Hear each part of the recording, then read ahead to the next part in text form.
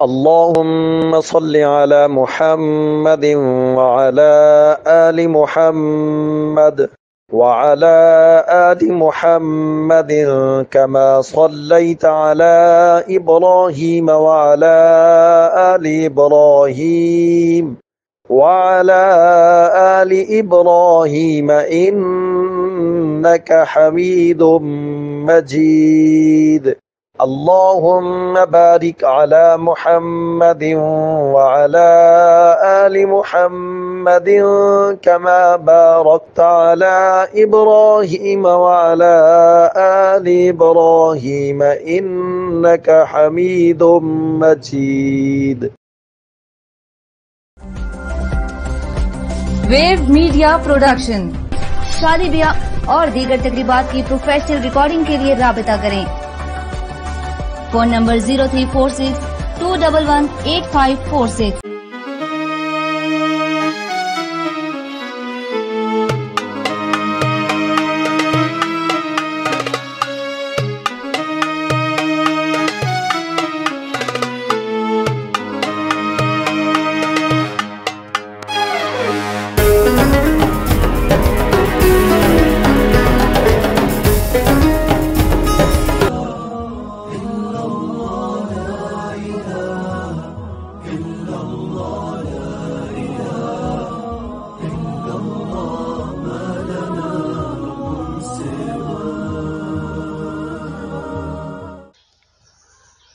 السلام علیکم ورحمۃ اللہ وبرکاتہ۔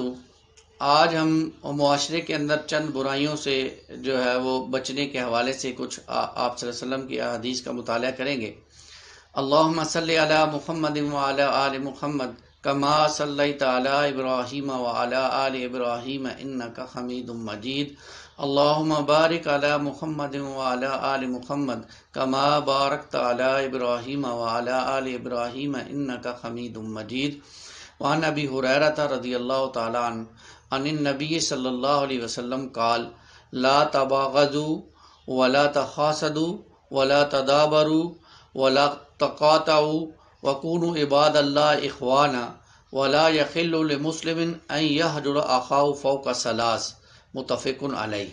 وفی روایت لمسلم ولا تخصصوا ولا تجسسوا ولا تنافسوا وفی روایت ولا تناچسوا او کما قال علیہ الصلوۃ والسلام رب اشرح لی صدری ویسر لی امری واحلل عقدۃ من لسانی یفقہوا قولی واجعل لی وزیرا من اہلی آمین یا رب العالمین۔ خواتین و حضرات، جو حدیث میں نے آپ کے سامنے پڑھی ہے یہ بڑی اہم روایت ہے بخاری اور مسلم کی، اور سیدنا ابو ہریرہ رضی اللہ تعالیٰ عنہ فرماتے ہیں کہ نبی پاک صلی اللہ علیہ وسلم نے فرمایا لا تباغضوا، نہ تم باہم بغض کا مظاہرہ کرو، ایک دوسرے مسلمان بھائی کے ساتھ کوئی بغض کا معاملہ نہ کرو، ولا تحاسدوا، اور نہ ہی حسد کرو ایک دوسرے کے ساتھ، ولا تدابروا، اور نہ ایک دوسرے سے منہ موڑو، ایک دوسرے سے پیٹ کرو، ولا تقاطعوا، اور نہ قطع تعلقی کرو، وکونوا عباد اللہ اخوانا، اور اللہ کے بندے اور آپس میں بھائی بھائی بن جاؤ، اللہ کے بندے اور آپس میں بھائی بھائی بن جاؤ۔ ولا یحل لمسلم ان یہجر اخاہ فوق ثلاث، اور کسی مسلمان کے لیے جائز نہیں ہے کہ وہ اپنے مسلمان سے 3 دن سے زیادہ ناراض رہے۔ اور ایک اور روایت میں مسلم کی آیا ہے نہ دوسروں کی کمزوریوں کو معلوم کرنے کی ٹو میں لگے رہو، اور ولا تجسسوا، اور نہ ہی دوسروں کے پوشیدہ عیب معلوم کرنے کے لیے جاسوسی کرو، ولا تنافسوا، اور نہ ہی دنیا کی دوڑ میں ایک دوسرے کی ریس کرو، آگے بڑھنے کا معاملہ۔ وفی روایت ولا تناچسوا، اور نہ ایک دوسرے کی بولی پر قیمت چڑھانے کے لیے بولی لگاؤ۔ اب دیکھیں کہ یہ بڑی اہم روایت ہے اور اس کا مقصد کیا ہے۔ دیکھیں، مسلمان ایک امت ہیں اور ایک جس واحد کی طرح ہے مسلمان، ان میں باہم اخوت محبت مطلوب اور مقصود ہے۔ اس لیے اللہ تعالیٰ نے اور اللہ اپنے حبیب صلی اللہ علیہ وسلم کے ذریعے سے ہمیں جو پیغام بھیجا وہ یہی کہ باہمی اخوت اور محبت کو ٹھیس نہ پہنچے، اور ایسی تمام چیزیں جو اس باہمی محبت اور اخوت کو ٹھیس پہنچانے والی ہیں، ان تمام چیزوں سے مسلمان بھائی کو بچنا چاہیے، مسلمان انسان کو بچنا چاہیے۔ مثلا مسلمان بھائی کے سودے پہ سودا کرنا، کسی کی منگنی پر منگنی کا پیغام بھیج دینا اللہ کے رسول صلی اللہ علیہ وسلم نے ممنوع قرار دیا ہے۔ جیسے ہمارے ہاں جھوٹ کی بولی چڑھائی جاتی ہے، یعنی آپ دیکھیں آج بھی منڈیوں میں جائیں تو بولی ایک ایسے ہی لگانے والے بیچ میں کھڑے ہوتے ہیں جو خود ہی بولی بڑھا رہے ہوتے ہیں۔ یہ منع کیا گیا ہے، یہ نقصان ہے دوسرے مسلمان بھائی کا، اور اس نقصان سے ہم نے مسلمان بھائی کو بچانا ہے، اور ایسی تجارت بھی صحیح نہیں ہے، اس سے بھی بچنا چاہیے۔ اور پھر یہ کہ اللہ کے رسول سے دیکھیں حسد نہ کرو۔ حسد کیا ہے کہ جلتے رہنا، کوڑتے رہنا کہ اس کے پاس یہ سکون میں کیوں ہے، اس کے پاس ایمان کی دولت کیوں ہے، اس کے پاس گھر اچھا کیوں ہے، اس کے پاس گاڑی اچھی کیوں ہے، ان باتوں پر کوڑتے رہنا، جلتے رہنا، حسد کرتے رہنا۔ اور یہ ہے کہ اس سے آگے بڑھ کر ایک دوسرے سے منہ موڑ لینا، یعنی کسی بھائی کو ضرورت ہو تو اس کے کام نہ آنا۔ پھر یہ ہے کہ تعلق ختم کر دینا، باہم قطع تعلقی کرنا، تعلق توڑ دینا، بلانا ہی نہیں، اور بلانے سے مراد یہ ہے کہ سلام دعا تک چھوڑ دینا۔ یعنی کوئی شخص دیکھیں، جہاں ہمارا معاشرہ انسانوں کا معاشرہ ہے، یہاں جو لوگ رہتے ہیں تو آپس میں چپکلش ہو سکتی ہے، کوئی اونچ نیچ ہو سکتی ہے، بعض اوقات دلوں میں میل آ جاتا ہے، لیکن اس کو جلد از جلد دور کرنا چاہیے، اور ایسے ہونا چاہیے کہ جب انسان آمنا سامنا ہو تو السلام علیکم کہہ دے۔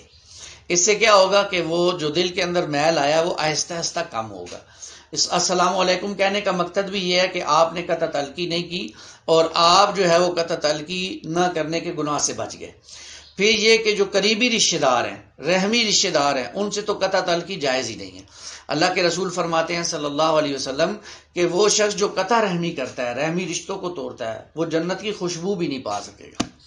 اب آپ دیکھیں کہ جنت کی خوشبو روایات میں آتا ہے بہت دور تک، میلوں تک آئے گی، لیکن جو شخص قطع رحمی کرتا ہے، رشتوں کو توڑتا ہے، وہ جنت کی خوشبو بھی نہیں پا سکے گا۔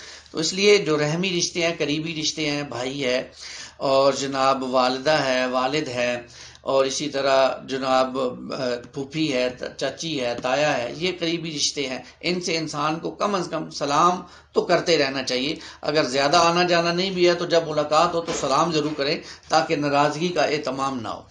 پھر اگر کسی مسلمان سے کوئی معاملہ ہو بھی گیا ہے تو فرمایا 3 دن سے زیادہ ناراضگی شو نہ کی جائے، 3 دن سے زیادہ۔ کیوں کہ 3 دن سے اگر وہ زیادہ شو کرے گا تو اس کا مطلب ہے کہ معاملات زیادہ خراب ہو گئے، اور یہ بھی ہمارے اس معاشرے کے اندر جو اخوت کا پہلو ہے، محبت کا پہلو ہے، اس کے اندر دراڑیں ڈال دے گا۔ اس لیے جلد از جلد اس لیے آپ دیکھیں سورہ حجرات کو معاشرتی رہنمائی کے حوالے سے سورہ حجرات سب سے اہم سورت ہے۔ اللہ تعالیٰ وہاں فرما رہے ہیں کہ اگر 2 مسلمان بھائی آپس میں لڑ جائیں تو تم کیا کرو، تم لوگ ان کی صلح کرا دو، فَأَصْلِحُوا بَيْنَهُمَا، ان کی صلح کرا دو۔ اور اگر اس کے باوجود اگر کوئی صلح نہیں کرتا تو پھر جو صلح نہیں کر رہا اس پر معاشرتی دباؤ ڈالا جائے تاکہ وہ صلح کرے، اور اس کے لیے اگر تمہیں جنگ بھی کرنی پڑے تو تم کرو اور آپس میں صلح کراؤ۔ دیکھو کیوں، تم تو مسلمان ہو، اور مسلمان سے ناراض نہیں ہو سکتا۔ اور یہ پوری امت کی بات ہو رہی ہے، یہ نہیں ہے کہ صرف آس پاس کے لوگ، آس پاس کے لوگوں کا تو اور زیادہ حق ہے، یہ پوری امت میں مسلمان جہاں کہیں بھی ہے اس کی تکلیف میری تکلیف ہے، اس کا غم میرا غم ہے۔ آج بڑے افسوس سے کہنا پڑ رہا ہے ہمارے ہاں کچھ لوگ اپنے ہی مسلمان بھائیوں کو بد مذہب قرار دے کر ان سے بات نہیں کرنی، ان سے رشتے نہیں کرنے، ان کی بات نہیں سننی، ان کے ساتھ جناب اٹھنا بیٹھنا نہیں ہے، ان کو دعوت نہیں دینی ہے، ان کے سلام کا جواب نہیں دینا ہے۔ حالت یہ ہے، یہ ہم دین کی خدمت کر رہے ہیں یا اللہ اور اس کے رسول کو ناراض کر رہے ہیں؟ بتائیے، اللہ اور اس کے رسول صلی اللہ علیہ وسلم کو تو ناراض کر رہے ہیں۔ آپ تو فرما رہے ہیں کہ 3 دن سے جائز ہی نہیں ہے، اور اگر کوئی سلام دے مسلمان بھائی تو اس کا جواب دینا تو واجب ہے، وہ ہم چھوڑ رہے ہیں۔ اور اللہ کے رسول فرما رہے ہیں وَكُونُوا عِبَادَ اللَّهِ إِخْوَانًا، اور اللہ کے بندو آپس میں بھائی بھائی بن جاؤ، تم ایک واحد امت بن جاؤ۔ آج ہم علیحدہ ہو گئے، بکھر گئے، آج ہمارا دشمن طاقتور ہو گئے۔ جب ہم متحد تھے، ایک امت تھے، تو کوئی ہمارے قریب بھی نہیں آتا تھا، اور ہماری ایک دہشت تھی، ایک خوف تھا کہ یہ مسلمان امت ہے۔ آج اس مسلمان امت کو کوئی کچھ سمجھتا ہی نہیں ہے۔ آج ہمارا دشمن ہمیں ہر جگہ پر جو ہے وہ شکست سے دوچار کر رہا ہے، اور اس کی سب سے بڑی وجہ جو آپس کے اندر محبت اور اخوت تھی، اس اخوت کو ہم نے پارا پارا کر دیا ہے، توڑ کے رکھ دیا ہے۔ تو بھائی ضرورت اس بات کی ہے کہ ہم آگے بڑھیں، آپس میں محبت کریں، ایک دوسرے کے ساتھ تعاون کریں۔ اور آپ دیکھیں کہ یہ باتیں کیسے انسان کے معاشرے کو خراب کرتی ہیں۔ وَلَا تَجَسَّسُوا، اور نہ ہی دوسرے کے پوشیدہ عیب معلوم کرنے کے لیے جاسوسی کرو۔ اب کوئی کیا ہے اس کے پیچھے لگ جانا، اس کی رپورٹنگ کرنا، اس کے لیے جاسوس چھوڑ دینا تاکہ معلوم ہو کہ اس کے پیچھے کیا ہے، اس کی اجازت نہیں دیتا ہمارا دین۔ یہ تو بہت بڑی غلط بات ہے۔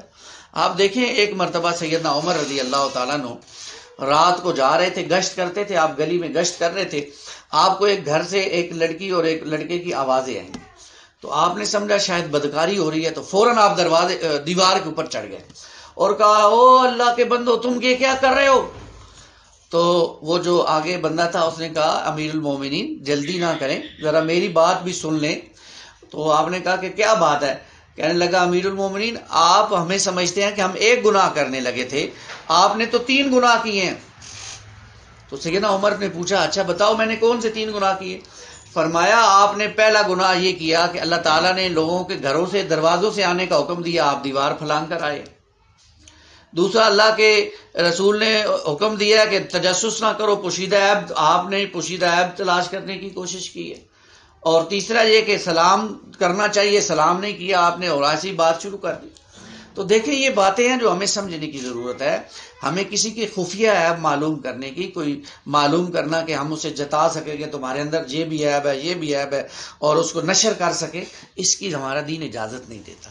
اس لیے ہمیں بچنا چاہیے ان چیزوں سے، اور جو ہے وہ ہمیں دوسروں کی کمزوریوں کو معلوم نہیں کرنا چاہیے کہ ہم ان کی کمزوریوں کو معلوم کر کے اپنے فائدے کے لیے استعمال کریں، اور اپنے آپ کو بڑا اور پاک اور صاف جو ہے وہ بتانے کے لیے استعمال کریں۔ اس کی ہمارا دین اجازت نہیں دیتا۔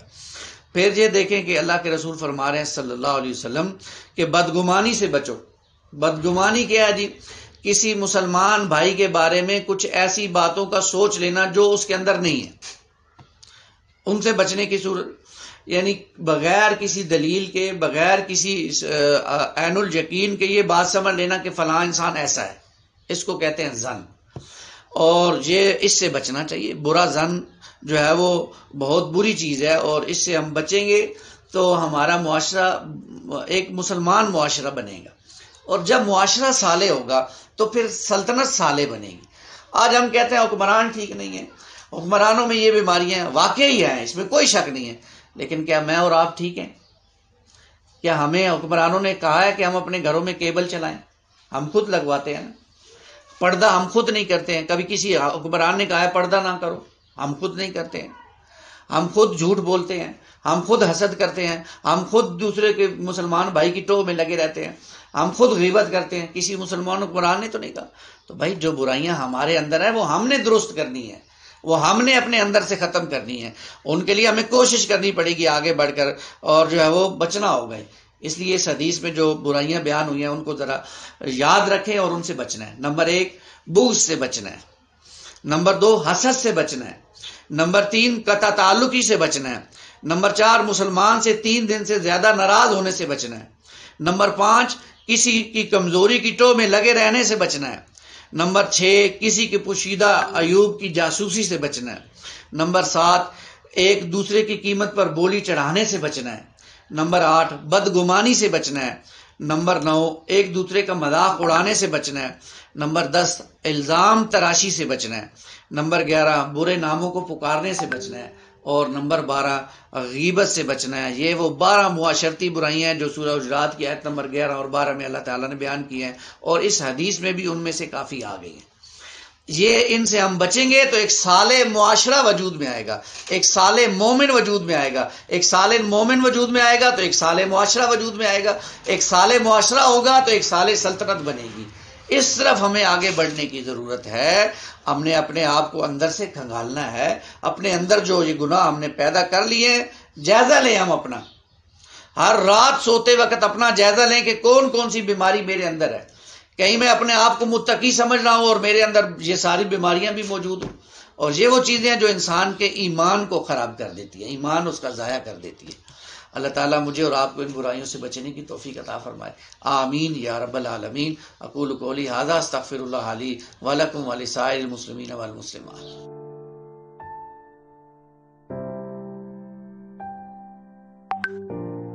HFC خوبصورت فیملی ہال کے ساتھ، سب کچھ آپ کی پسند، ہوم ڈیلیوری کے ساتھ.